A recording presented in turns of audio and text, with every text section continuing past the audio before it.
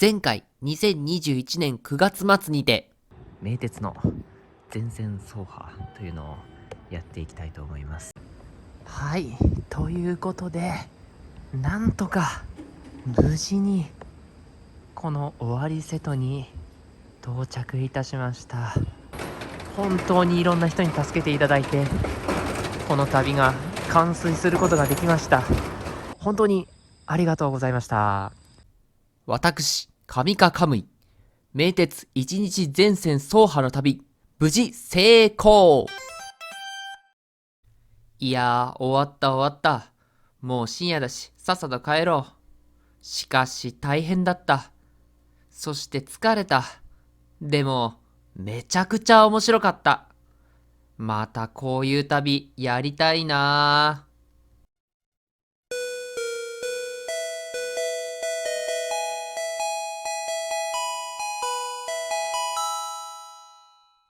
近畿日本鉄道からのお知らせです。近鉄の鉄軌道路線全線に3日間フリーで乗車可能な切符、近鉄全線3日間フリー切符を発売いたします。価格は大人1人当たり3000円。皆さん、ぜひ、この切符で近鉄をご利用ください。ほう。なるほど。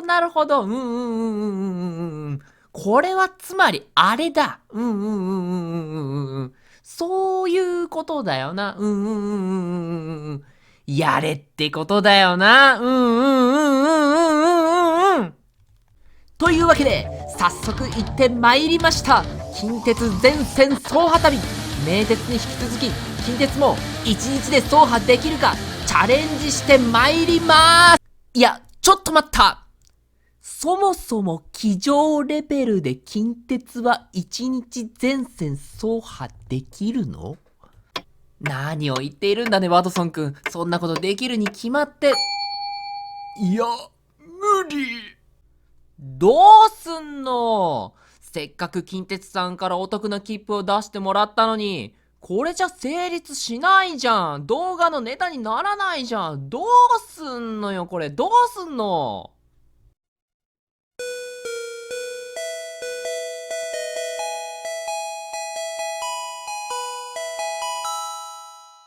近畿日本鉄道からのお知らせです。近鉄全線3日間フリー切符で自由に乗車できるのは、鉄軌道路線のみです。索道、すなわち、葛城山ロープウェイは含まれません。葛城山ロープウェイに対しては、別途半額割引切符を用意していますので、こちらをご利用ください。なるほど。ということは、ロープウェイを外しても十分区切りは良さそうですね。ロープウェイを外してもう一回組み直して、できた！これならいけそう。まあ、それでも合計所要時間19時間超えの予定ですけどね。はい、ということで皆さん改めましてお久しぶりです。上川カムイです。今回は近鉄鉄軌道路線1日全線走破の旅やっていきたいと思います。全線走破チャレンジをする前にですね、まずはルール説明の方させていただきます。まず本チャレンジの目標は近鉄の鉄軌道路線23路線を全路線1日で走破するというものです。先ほどお話をした通り、ロープウェイは含みません。ロープウェイは鉄軌道路線ではありませんからね。索道です。そして本丸となるチャレンジ旅のルールは大きく分けて5つあります。まずルール1つ目は挑戦日、スタート、ゴールの設定は自由ということです。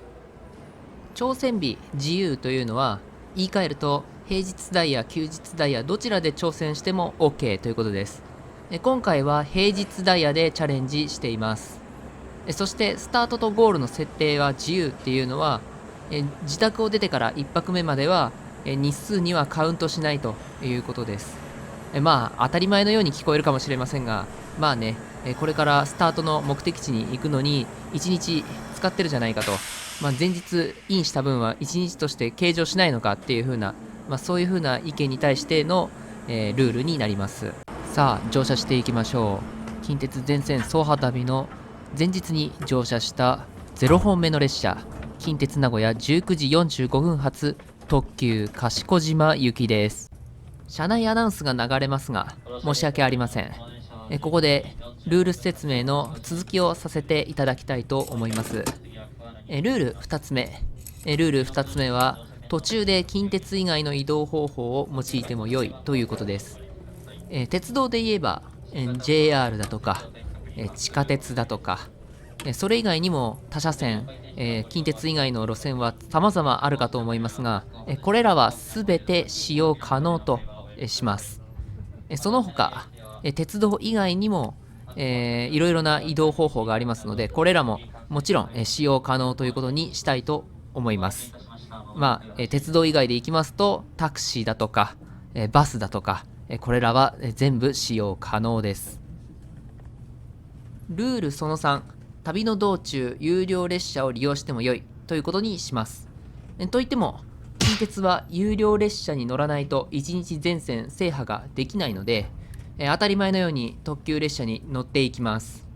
むしろ、どの特急列車に乗車するのか、楽しみにしていただいて、あるいは、予想していただければなというふうに思います。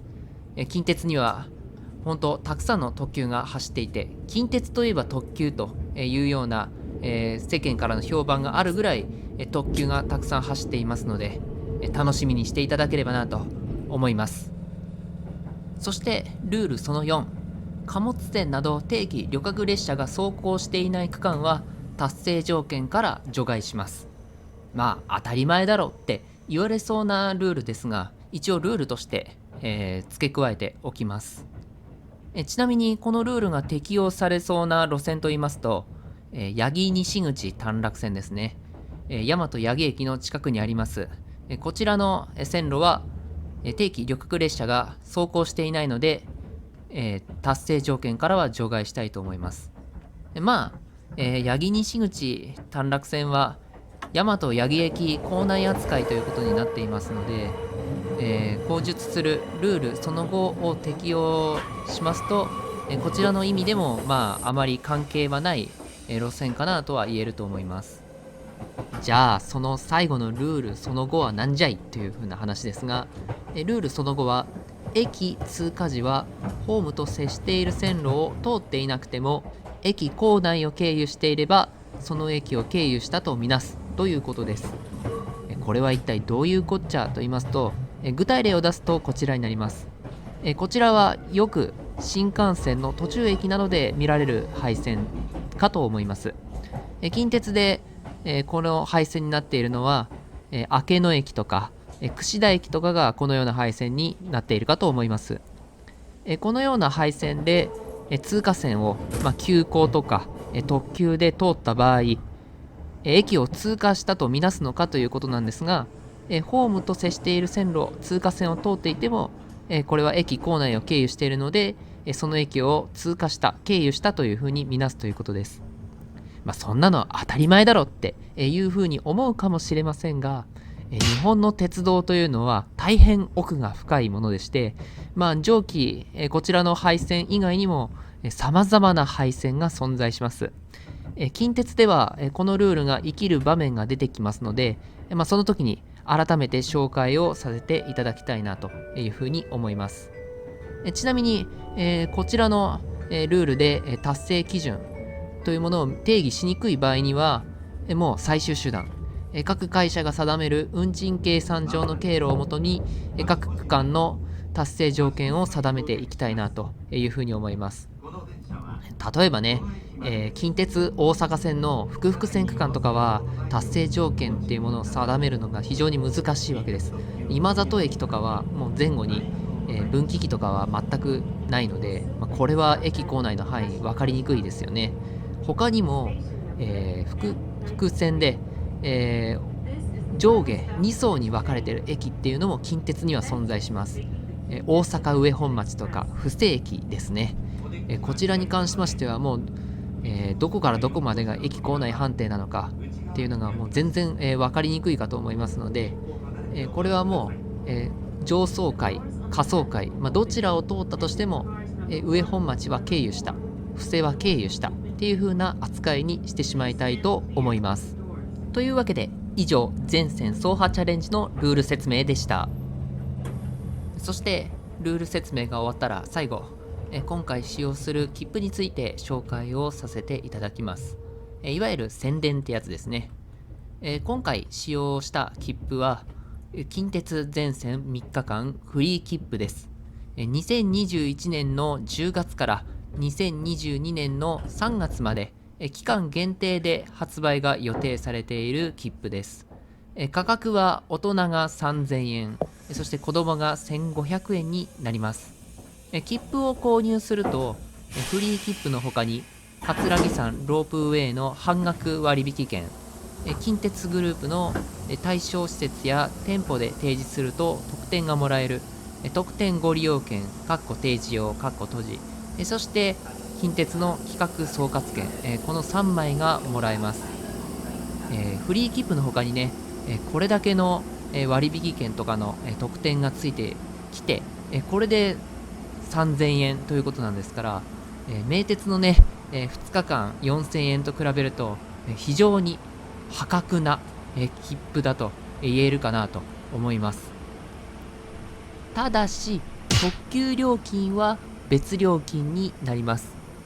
これは名鉄の特別車利用の際にもほぼ同様だったわけですけれども、まあね、名鉄の場合は一般車と特別車が混結で走っているので、特別車のミューチケットを買わなくても特急に乗ることができたわけですが、近鉄は特急料金を支払わないと乗ることができませんので、近鉄の方がその分だけやはり特急を使う際には高くなるということになります。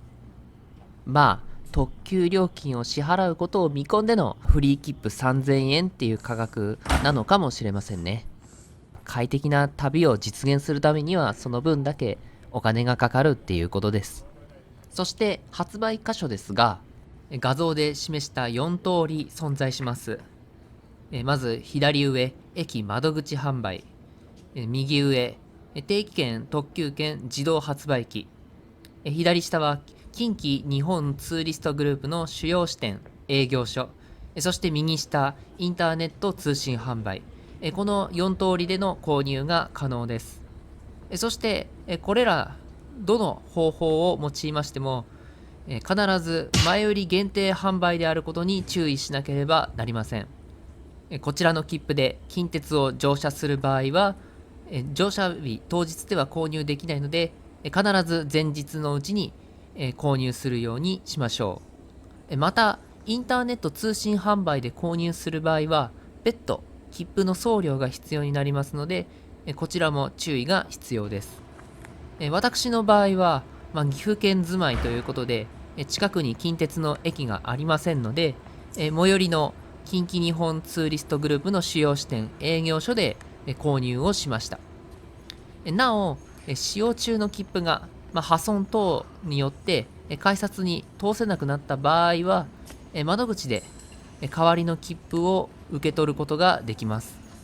今まで使っていた切符と交換しなければいけないので、思い出の切符と交換しなければいけないっていうのが、難点といえばありますが、一応代わりの切符を申請すれば受け取ることが可能です。というわけで長くなりましたが説明は以上です。説明をしている間に今回の全線走破チャレンジをする上で前日インするホテルに到着してしまいました。こちらは賢島駅のすぐ近くにあります賢島ホテルベイガーデンです。こちらに泊まって一夜を明かしてそしてチャレンジ旅を始めていきたいと思います。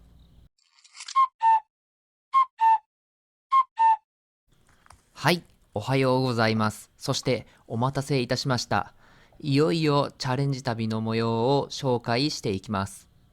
スタートはご覧の通り賢島駅になります。スタートの賢島駅は静かな住宅の中にありまして、ターミナルらしい印象はありません。未明ということもあり、気温は若干肌寒いです。階段を上がって改札の前までやってきました。こちらが賢島駅の改札口です。シャッター等はないようですね。そしてコンビニも駅構内にありますが、ご覧の通り閉まったまま。そしてこちらが切符売り場ですね。切符売り場も稼働する前です。営業しておりません。駅には多くの列車が留置されています。まだ消灯したままで稼働はしていません。営業前ならではの姿ですね。改札機の上には列車の発車案内があります。左側には普通列車が案内されています。5時9分発賢島駅の始発列車、そして右側には特急列車の発車案内があります。普通列車と比較すると特急の方が案内の内容が細かいですね。まあここら辺はさすが近鉄といったところでしょうか。さあ駅の営業が開始されました。早速入場をしていきましょう。切符を用意して改札機に投入してシャコンといって受け取る。さあ近鉄の駅構内に入ってきました。最初に乗る列車はどれかな。この看板は何だ。始発電車5時9分発は1番線から。なるほど、1番線から出るんですね。ありがたい、親切だ。でも逆に言えば通常は5番線から出発するってことですよね。さあ乗る列車はこちらになります。さあまず最初に乗車するのはこちらの緑の各駅停車です。これからこの列車で今見えている方向の闇夜に包まれている方向へ向かっていきます。旅の始まり、とてもワクワクしますね。さあ早速車内に入り込みます。車内には運賃表示器と運賃箱が設置されています。運賃表示器と運賃箱、ローカル線でワンマン運転を行う車両ならではの設備ですね。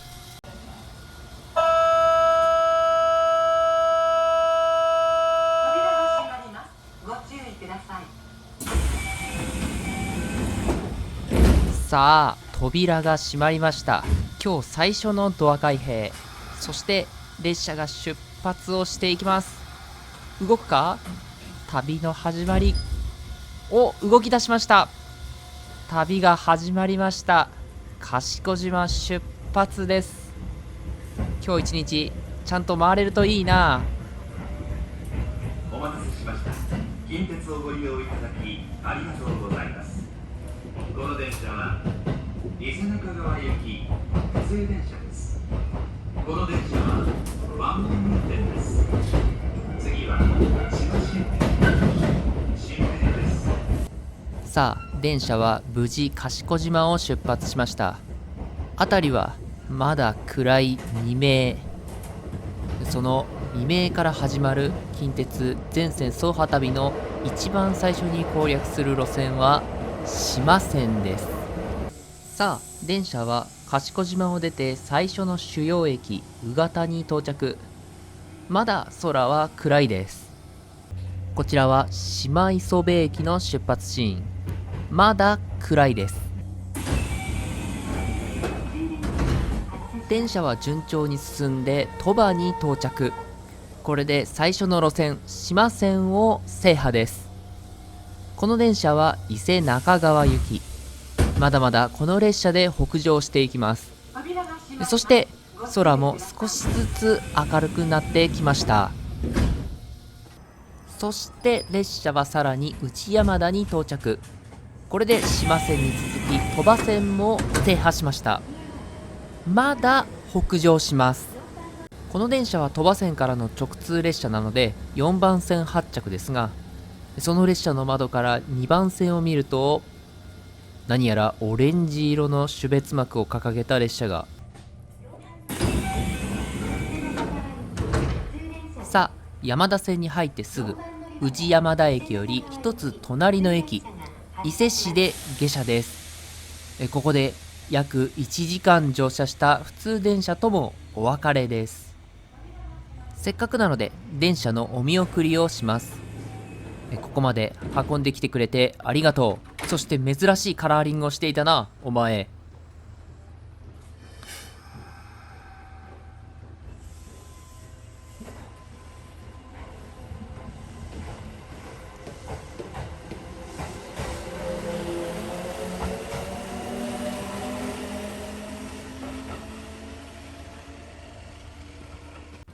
さあ、1本目の列車を下車して、ここ伊勢市が初の乗り換え駅です。ここで現在の攻略状況を確認しましょう。こちらの図は白地図に、すでに乗った区間は赤線で、まだ乗っていない区間は青線で加筆しています。こんな図を適宜出させていただきますので、参考にしていただければ幸いです。さて、話を戻して、1本目の列車で一気に2路線を制覇しました。次は先ほど宇治山田駅2番線に停車していたこちら急行近鉄名古屋行きに乗車します。この列車で本格的に山田線を攻略していきます。急行に乗車してさらに攻略スピードを上げていきます。伊勢市から3駅、明野駅で伊勢市まで乗ってきた普通伊勢中川行きを追い越します。改めてありがとう。そしてお先に。さて、こちらは明星検車区明星車庫です。まだ明け方ということもあり、いろんな列車が止まっています。そして画面奥、鮮魚列車の代替伊勢志摩お魚津間の列車が止まっていました。さあ、列車は山田線の途中駅松坂に到着しました。松坂、非常に言いにくいですね。こちら特急も停車する主要な駅です。さあ、電車は松坂を出てもう間もなく伊勢中川に到着します。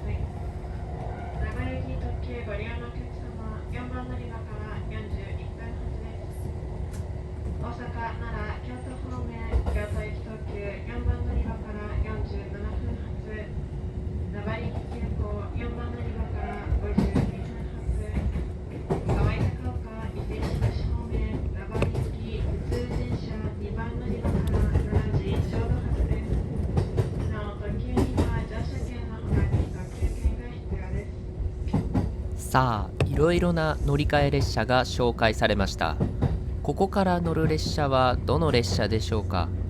ここ伊勢中川は3路線3方向に線路が分岐する近鉄の運行上重要な駅です。私たちが今まで乗車してきたのが伊勢市宇治山田方面に向かう山田線、進行方向左側京都、奈良、大阪難波方面に向かう路線が大阪線、そして進行方向右側名古屋方面に向かうのが名古屋線です。列車は伊勢中川に無事到着。これで山田線の攻略は完了です。さて、伊勢中川から乗る列車は変わりません。このまま急行近鉄名古屋行きに乗り続けます。列車は分岐器をいくつか通りまして、進行方向右側名古屋方面へ進路を向けていきます。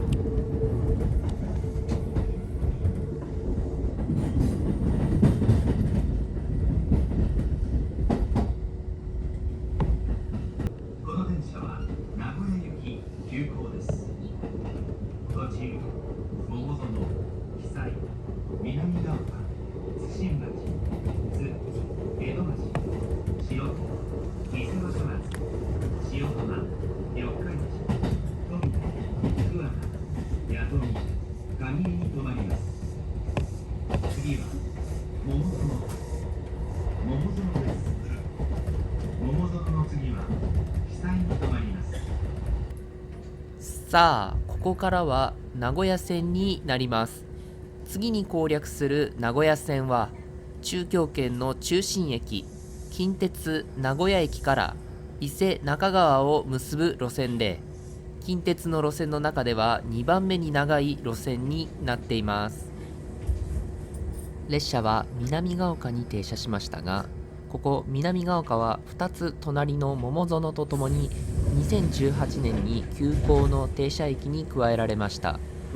この停車駅増加により江戸橋から伊勢中川まで各駅に停車するようになりましたので、この区間では昼間普通列車の運行はありません。まもなく津です。カーブしてくるアーバンライナーと相対、かっこいい。さあ、三重県の県庁所在地津に到着です。近鉄にとって主要な駅のはずですが、構造は一面二線のただの棒線駅です。ホーム上を見るとたくさんの利用者がいますね。この利用者の数を見れば主要駅であることは間違いありません。右側の扉が開きます。ご注意ください。The doors on the right side will open. Please be careful. さて、津を出てわずか一駅、ここ江戸橋で本線ではなく大肥線に入線しました。大肥線に入るということは何をするか分かりますよね。そう、ここでアーバンライナーを退避します。車内が混雑していますので車外には出ず前面からの撮影です。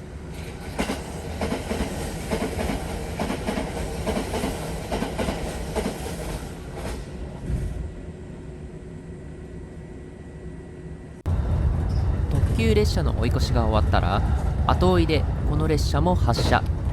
江戸橋を出た後もこの列車は急行運転を行い駅を通過していきます。列車は白塚車庫がある白塚を通過しました。列車は間もなく鈴鹿市で最もにぎわっているであろう白子に到着します。と、ここで先ほど江戸橋で追い越したアーバンライナーがいます。先行するアーバンライナーが白子に停車する。後追いの急行が江戸橋から白子までノンストップということで、私たちが乗っている急行からアーバンライナーが止まっているのが見える。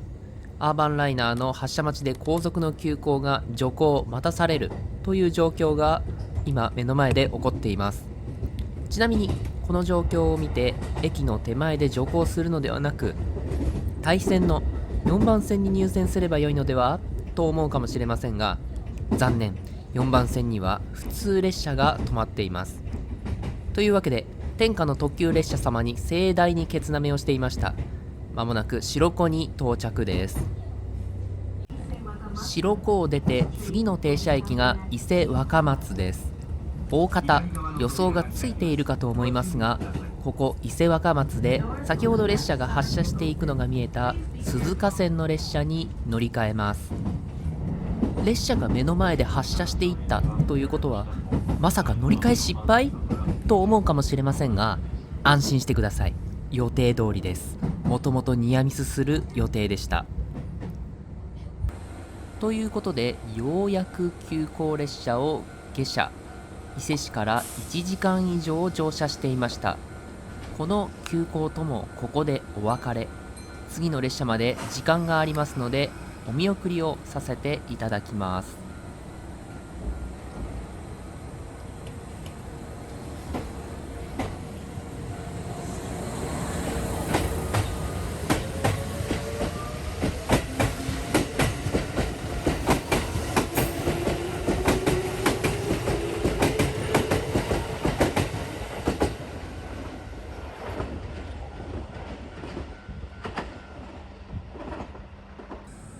こちら伊勢若松1、2番線にある発車時刻表です。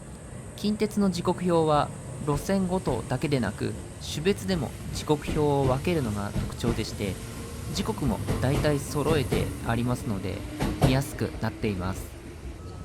待つこと14分、結構待たされました。ようやく目的の列車がやってきました。7時25分発鈴鹿線普通ワンマン平田町行きです。名古屋線の攻略を伊勢若松で打ち切って、次に攻略するのは鈴鹿線です。平田町までの短い路線ですが、しっかりと乗車していきます。お待たせしました。近鉄をご利用いただきありがとうございます。この電車は平田町行き普通電車です。この電車はワンマン運転です。さあ、鈴鹿線は名古屋線から分岐する枝線ですが、平日の朝ということもあり、学生客で混雑しています。学生の通勤時間にバッティングし、多少の居心地の悪さを感じながらも列車は順調に進んでいきます。列車は数分足らずで平田町に到着。この列車は平田町で終点ですが、その平田町は乗り継ぐ路線がありませんので、やってきた電車で伊勢若松に戻ります。行きは多くの学生客で賑わいましたが、帰りはおとなしそうです。平田町7時43分発で戻ります。平田町は終端の駅ながら一面一線の防線駅です。分岐器が一つもありませんが、信号機は立っています。近鉄をご利用いただきありがとうございました。伊勢若松、若松です。この電車はこの駅までです。名古屋、四日市、津方面はお乗り換えです。お忘れ物のないようご注意ください。右側の扉が開きます。ご注意ください。さあ、伊勢若松まで戻ってきました。これにて鈴鹿線による枝線往復の儀は完了です。さて、伊勢若松から再び名古屋線の攻略に戻っていきましょう。次の列車は伊勢若松到着から3分後、急行名古屋行きに乗車します。平日のため朝ラッシュの混雑に揉まれながら移動していきます。列車は無事塩浜に到着しました。塩浜に到着したらやることといえばあれですね。あれですよ、あれ。この列車も例に漏れず行います。ご覧の通り対比線に入りまして、特急の追い越し待ちをします。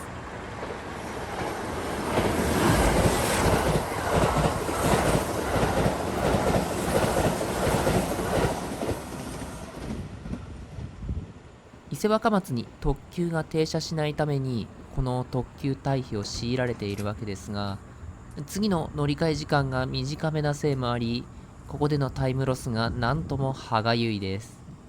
しかし、これがダイヤ通りの動きであることは間違いありません。列車は帝国で近鉄四日市に到着しました。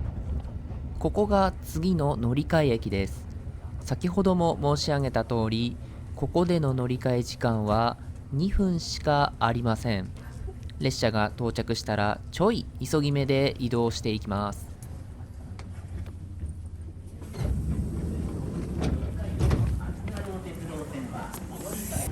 さあ、エスカレーターを登った先、列車はいました。近鉄四日市での乗り換え成功です。8時13分発、湯の山線普通ワンマン湯の山温泉行きです。先頭車両に乗車しました。湯の山線は発車後左へカーブしていきます。湯の山線は単線なので、駅で列車同士の行き違いがあります。対向の列車は随分とハイカラな列車。後で調べて分かりましたが、こちらは CTY CNS 号という広告ラッピング車だそうです。ちなみに今列車同士の行き違いをしている駅の駅名、こちらになるのですが、こちら小物と読むのだそうです。難読駅名ですね。私は初見では読めませんでした。小物系列の駅はまだ続きます。こちらは中小物駅。この駅では進行方向右側の発着線に入線しました。一部の駅では右側通行になっているようです。まもなく終点湯の山温泉です。その手前、目の前の視界を支配するように現れたこの巨大な高架橋は新名神高速道路です。2019年に開通しました。この真新しい構造物、そしてスタイリッシュな橋脚が目を引きますね。おー、かっこいいぞ、でかいぞ。終点湯の山温泉に到着です。これで湯の山線制覇完了です。湯の山温泉で特に乗り換える路線はありませんので、近鉄四日市まで折り返していきます。ちなみに湯の山温泉は駅名名の通り温泉観光地ですが、今回はそれを味わう余裕はありません。残念。乗ってきた電車と同じ電車で近鉄四日市に戻ります。7本目湯の山温泉8時44分発普通近鉄四日市行き。折り返し時間はわずか3分。その3分で近鉄四日市号先頭車両に移動します。電車は湯の山温泉を発車、湯の山線を戻ります。というわけで湯の山線でも枝線往復の儀を執り行うわけですが、この枝線往復の儀は往路はいろいろ景色が新鮮で楽しめますけれども、復路は大概虚無なんですよね。復路で新しい発見はあるでしょうか。湯の山温泉発車地点では乗客は自分以外誰もいません。隣の車両も、そしてその隣の車両もおそらく誰もいません。車両を丸々1両貸し切りだ。中河原です。相対式ホームながら右側の線路に入っていく不思議な駅です。歴史的な背景もあるのでしょうか。何か知っている方がいたらよろしければコメントいただければ幸いです。さあ、近鉄四日市まで戻ってきました。鈴鹿線に続き湯の山線も枝線往復の儀完了です。さて、近鉄四日市で次の列車に乗り換えるわけですが、次に乗る列車まで10分あります。10分ありますので対向の列車でも撮影しましょう。こちらは急行の松阪行き、そしてこちらはビスタカーの宇治山田行きです。2編成つないで8両での運転。伊勢中川方にはリニューアルされた22000系、ロゴがかっこいいですね。さあ、ビスタカーを見送ったらいよいよやってきます。これが近鉄、これぞ近鉄の大本命。お待たせしました。近鉄四日市9時21分発アーバンライナー近鉄名古屋行きです。名古屋線系統の支線をすべてクリアしたご褒美の列車。期待と興奮が高まります。さて、近鉄の特急で最初に乗車するのはアーバンライナーです。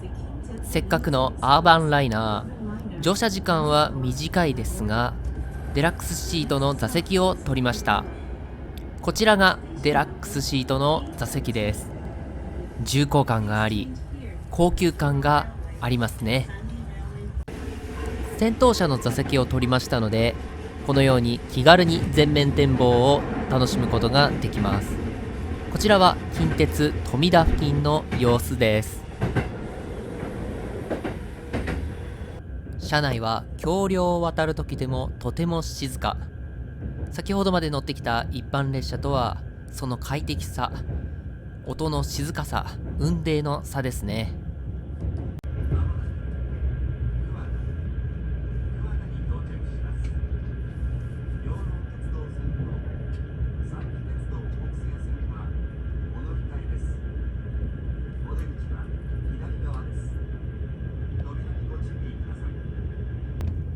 放送にもあります通り、列車は間もなく桑名に到着です。近鉄四日市から近鉄名古屋までの間で唯一の停車駅になります。この駅には近鉄と JR、そして養老鉄道の3路線が乗り入れます。近鉄線、JR 線の間に空間がこちらのようにありまして、その空間の一部を現在養老鉄道が使用しています。現状近鉄線と JR 線の間にかなり空間がありますが、何に使用するのかは今のところ不明です。個人的には養老鉄道と桑名駅の近くにある山義鉄道の2路線のホームがここにできると予想していますが、実際はどうなるでしょうか。さあ桑名を出てさらに名古屋線を突き進んでいきます。左隣にもう2線線路が見えますが、こちらは JR 関西本線です。近鉄の路線ではありません。でこの2路線は桑名を出ると競い合うように並走をしまして、そして長良川と木曽川を横断します。今長良川を渡っていますが、その次木曽川を越えるとようやく三重県を離れて愛知県に入ります。戸田を通過してしばらくすると列車が高架へと駆け上がっていきます。駆け上がった先、名古屋環状2号線と立体交差します。ここは下層の国道302号線と上層の名二間の間を抜けていきます。ちょうど交差するところは、コンクリートで見えない、なんてこった。うまく撮影できないとは。後ろへ抜けていくところをうまく撮影できないかな。おお、こちらは高架橋が遠くまで見渡せました。いい景色ですね。名古屋線は名古屋に近づくほど緻密な密度の高い街並みへと景色が変わっていきます。列車は近鉄八田を高速で通過しました。さてもう間もなく近鉄名古屋に到着です。到着前に並走しているのは青波線の列車ですね。何やら派手な広告ラッピングがされているご様子。そして目の前には JR の気動車の検査を行う名古屋検車が見えました。そして関西本線の313系と相対、いろいろ忙しいですね。列車は徐々に速度を落として青波線の列車に抜き返されてしまいました。こちらが行き止まり式の駅に到着するのに対して、あっちが行き止まりではない駅に到着するので、あっちが早いのは当然です。でも特急列車が普通電車に抜かれるというのはなんか釈然としませんね。進行方向左側には、新しい赤い電車が止まっていますね。今緩い左カーブになっていますが、このカーブを抜けた先に近鉄名古屋駅があります。ということで無事近鉄名古屋に到着です。近鉄名古屋到着をもって名古屋周りの路線はすべて制覇できました。さあたかだか8分だけの滞在でしたが、もう名古屋に思い残すことはありません。そして近鉄名古屋からは今回の旅においてメインディッシュと言っていい列車に乗車します。その列車、真っ赤なボディを装い、特徴的な前照灯を光らせながらゆっくりとゆっくりと入線してきました。これがエモすぎる、その圧倒的な存在感。乗り込みます。近鉄1日全線走破旅9本目の列車、近鉄名古屋10時ちょうど発特急火の鳥60列車大阪難波行きです。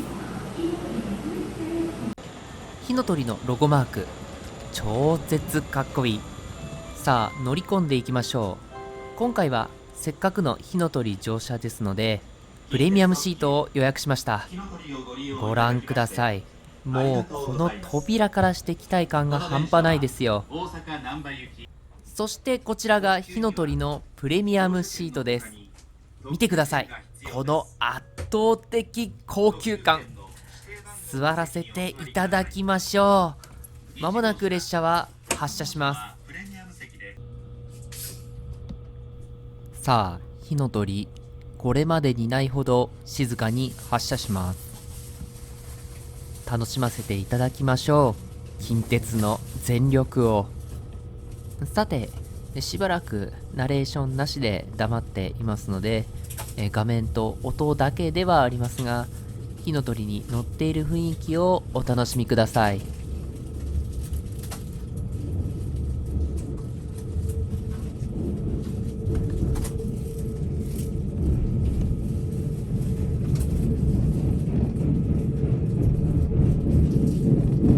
お待たせしました。近鉄特急火の鳥をご利用いただきましてありがとうございます。この電車は大阪難波行き特急火の鳥60列車です。途中大和八木、鶴橋、大阪上本町に停まります。次は津です。特急には乗車券の他に特急券が必要です。特急券の指定番号の席にお座りください。1号車、6号車はプレミアム席でプレミアム車両券が必要です。その他の車両はレギュラー席でレギュラー車両券が必要です。次に車内の設備についてご案内いたします。1号車、6号車には引きたてのホットコーヒーやお菓子などの自動販売機があるカフェスポットがございます。その他お荷物用のロッカーやスペースが各車両にございます。なお車内は喫煙室を除き全て禁煙です。喫煙室は3号車の後ろ寄りにございます。後ほど車内に参ります。ご用のお客様はお知らせください。喫煙室をご利用のお客様にご案内いたします。喫煙室の使用できない区間を過ぎましたのでご利用いただくことが可能となります。ご協力ありがとうございました。英語放送になりました。英語の放送も楽しみたいかもしれませんが、申し訳ありません。これ以上は動画がだれてしまうのでご容赦ください。列車は近鉄名古屋を帝国に発車しました。伊勢中川から伊勢若松、近鉄四日市と分割ではありましたが、乗車してきた名古屋線をこの火の鳥で戻ります。特急火の鳥60列車の名古屋線での途中の停車駅は津のみとなりまして、その他の駅には一切止まりません。次の津までは実に37駅を一気に通過します。この通過駅の多さも圧倒的ですね。さすが近鉄ご自慢の看板特急というだけのことはあります。今までの列車が地域輸送の役割を担っていたのに対して、この列車は停車駅を厳選した都市間輸送を担っているということですね。さて、車内設備の見学をしていきましょう。まずはプレミアムシートには各座席にこちらのようなパンフレットがあります。このパンフレットを開きますと、プレミアムシート周辺の設備の案内が記載されています。ヘッドレスト、レッグレスト、シートヒーター、読書灯、テーブル、カップホルダー、大型テーブル、荷物フック、コンセント、カーテンスイッチが備えられており、操作系はカーテン以外はすべて左手付近にある操作パネルで操作ができます。そして車内ごとの設備の案内もあります。トイレ、ゴミ箱、喫煙室はもちろん、自動販売機、ロッカー、ベンチスペース、そしてカフェスポットなんてものまで存在します。先ほど説明した左手手元の操作スイッチがこちら。シートヒーターをつけると座席が温まります。読書灯もスイッチを押すともちろん頭横のライトが点灯します。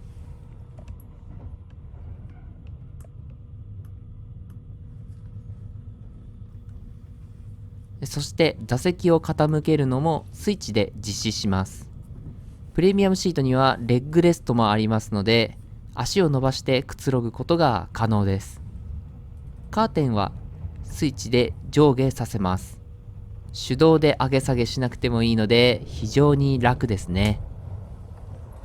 さあ、座席を立ってプレミアムシートの近くにある設備を見ていきましょう。扉を抜けてまず左手にあるのがロッカーです。 IC カードを使うことで無料でロックができる仕様となっています。ただ個人的には忘れ物もしやすいかなと思いますので、基本的には使用しない方がいいでしょう。化粧室ももちろんあります。こちらが洗面台、白と黒でまとめられたスタイリッシュなデザインでとても綺麗です。こちらが洋式のトイレ、使いやすく必要なものがまとめられています。そしてお待たせしました。こちらがカフェスポットです。火の鳥がデビューした時にも目玉設備としてアピールされていました。こちらの機械でコーヒー豆をその場で引き立ててコーヒーを飲むことができます。値段は1杯200円。飲料として飲むには明らかに高額ですが、そこはまあ火の鳥料金ってやつでしょう。ここはせっかく火の鳥に乗車したので旅の思い出として購入します。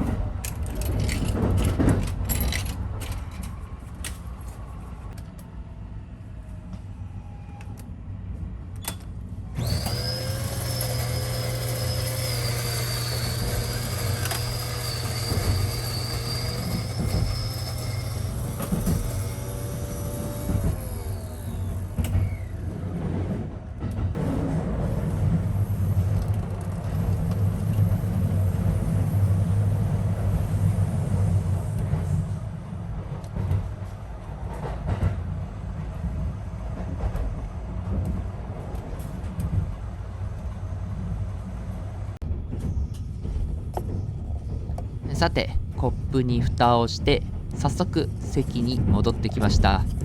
ミルクとシュガーも一つずつ入れています。飲んでみましょ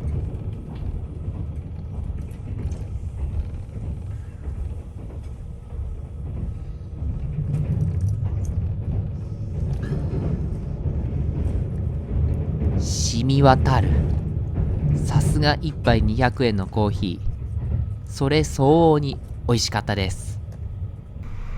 さて、最高の座席と最高のコーヒーを堪能している間も、火の鳥は高速で名古屋線を南下し、すでに三重県に入りました。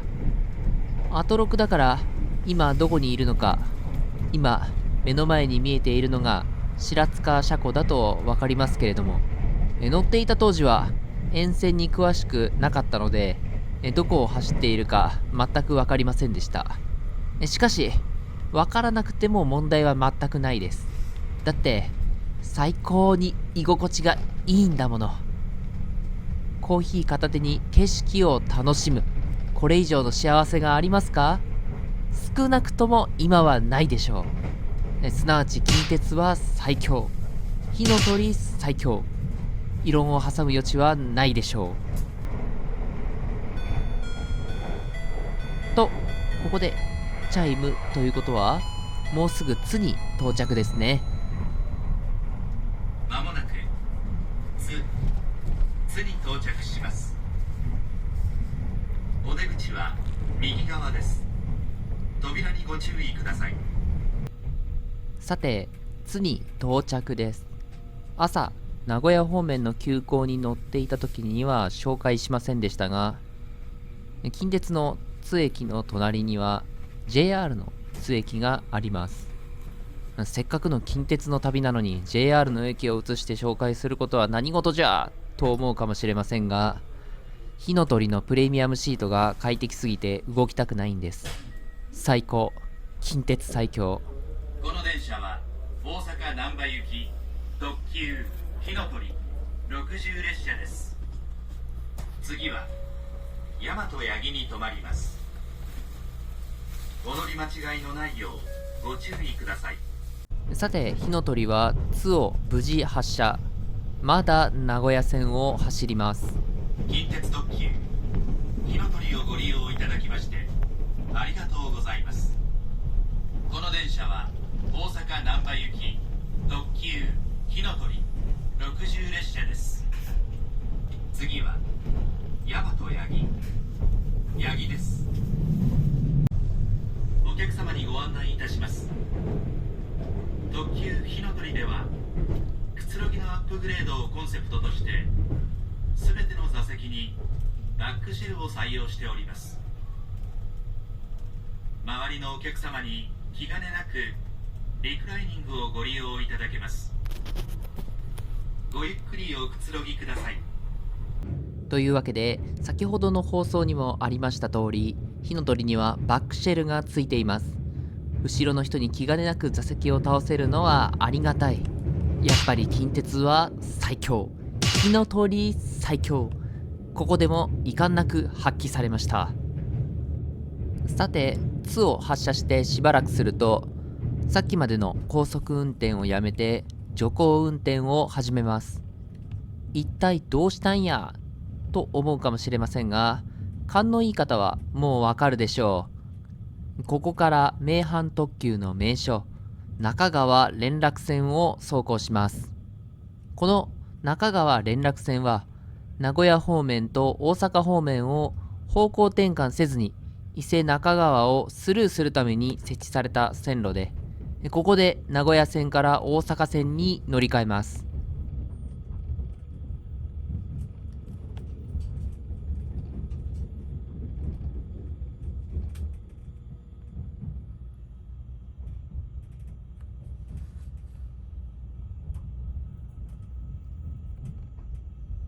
列車はご覧の通り低速でポイントを通過しまして、名古屋線が進行方向左手に分かれていきます。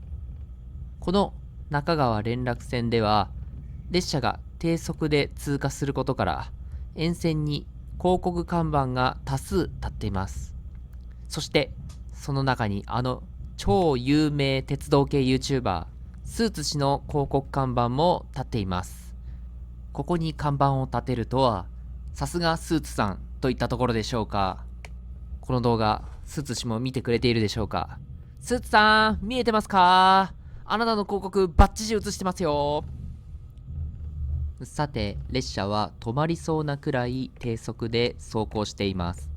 ちなみに、この中川連絡線は、2012年に線路の架け替えがされて、制限速度が35キロから50キロに引き上げられているのですが、それを加味してもなおのこと列車が遅いですね。その原因は右からやってきたあの黄色い電車にあります。あれは伊勢志摩ライナーという特急列車です。多分ですが京都からやってきた列車かと思います。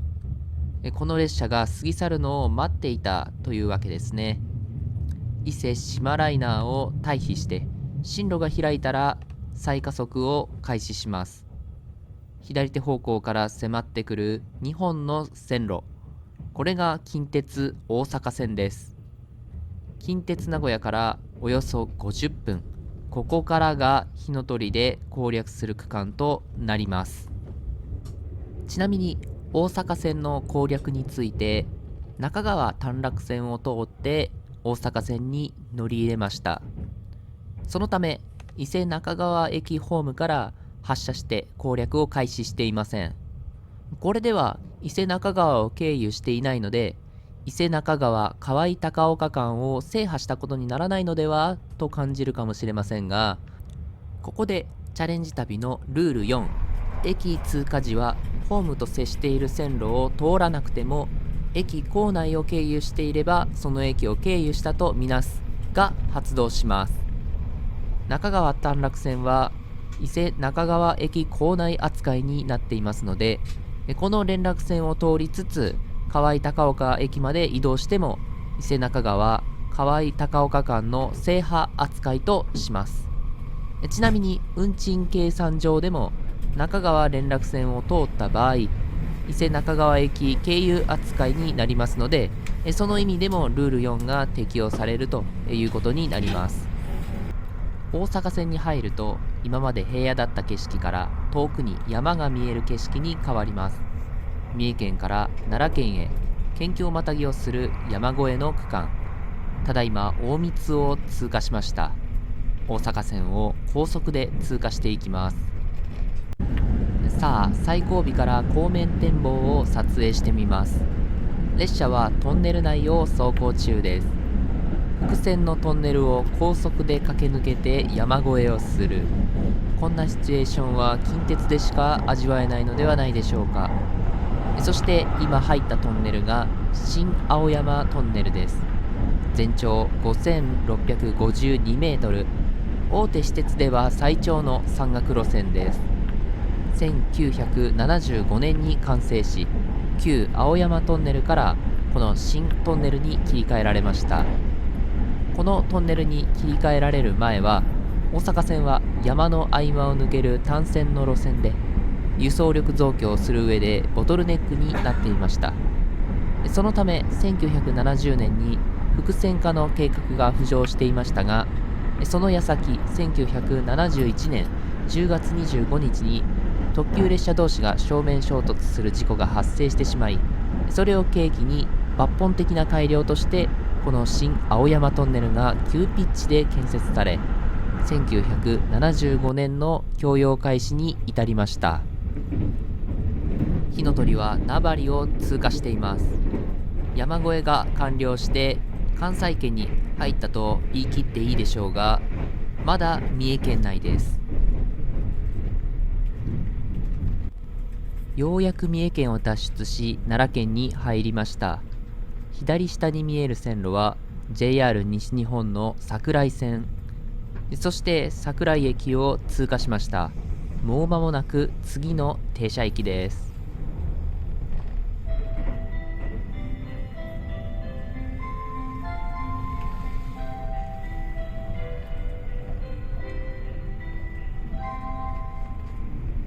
まもなく大和八木に到着します。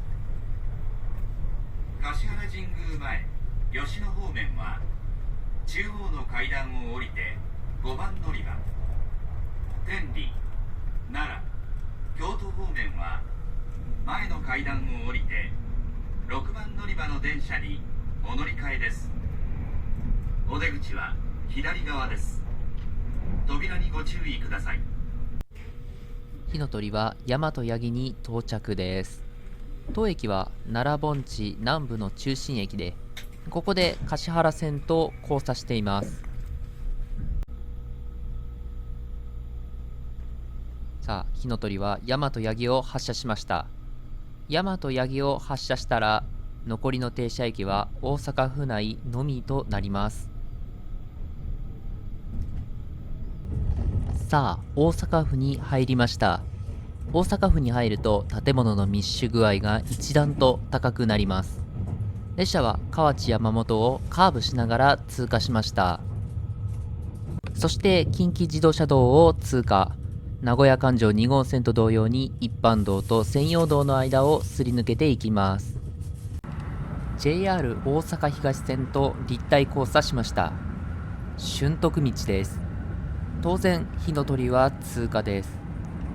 そして俊徳道を通過して遠くの方から大阪線よりもさらに高い高架橋が近づいてきました。こちらが近鉄奈良線です。この近鉄奈良線、次に通過する布施で合流します。布施で近鉄奈良線と合流したら、もう間もなく大阪の大ターミナル駅に到着します。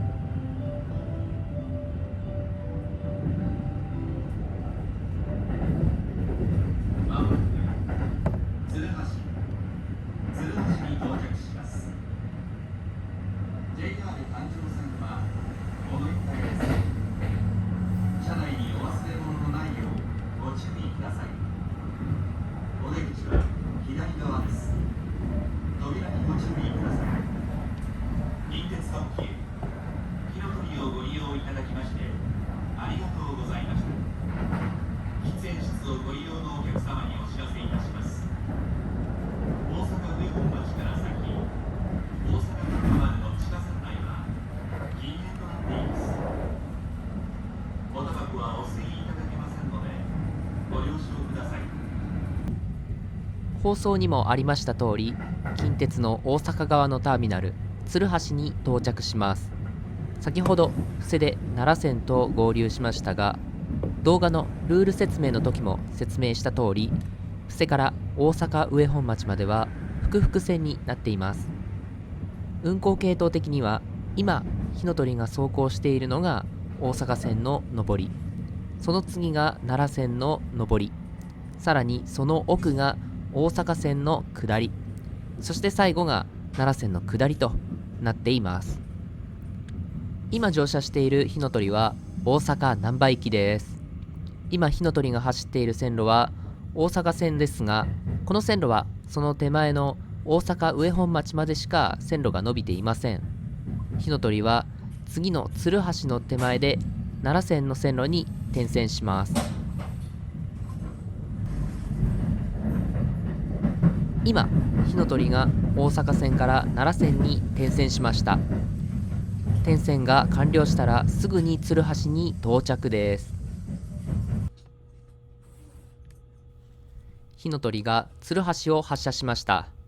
この後は大阪上本町に停車し、その次が終点の大阪難波です。近鉄名古屋から火の鳥にずっと乗車し続けてきましたが、それももう間もなく終わり。今回人生初めて特急火の鳥に乗車しました。最高の座席プレミアムシートに足を伸ばして、そして静かな車内でひとときを過ごすことができました。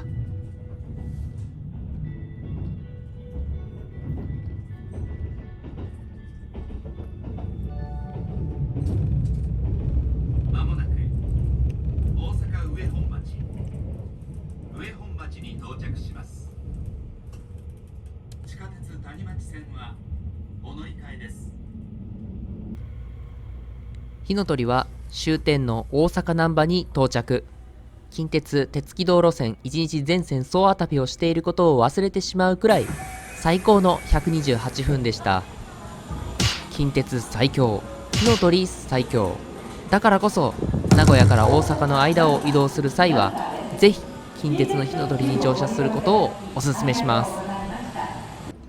さあ大阪難波に到着して難波線を制覇したら、ここから本格的な関西圏の近鉄路線攻略を開始します。というわけで近鉄鉄軌道路線1日全線走破の旅の前編はここまで。大阪難波到着時点の制覇状況はご覧の通りとなっています。最後にこの動画が良かったなと思ったらグッドボタンとチャンネル登録お願いいたします。あと Twitter とブログもやっています。動画の概要欄よりぜひご覧ください。ということでご視聴ありがとうございました。バイバイ。